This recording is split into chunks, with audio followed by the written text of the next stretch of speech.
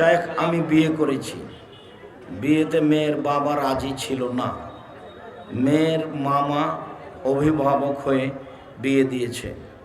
কিছুদিন পর আমি আমার স্ত্রীকে 3 মাসে 3 তালাক দিয়েছি। পরে বুঝতে পারছি আমি তালাক দিয়ে ভুল করেছি।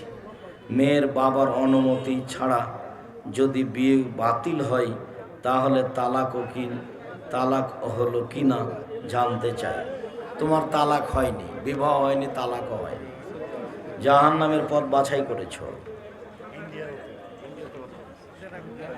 বিবাহ হয়নি তো তালাক হবে কি দিয়ে? রাস্তার একটা মেয়েকে বললে যে তোমাকে তালাক দিলাম, এটা হলো? বাপ ছাড়া বিবাহ হয় না। মসজিদের টাকা ব্যাংকে রেখে মুনাফা নেওয়া যাবে কি? নেন, সমস্যা নেই। সরাসরি মসজিদ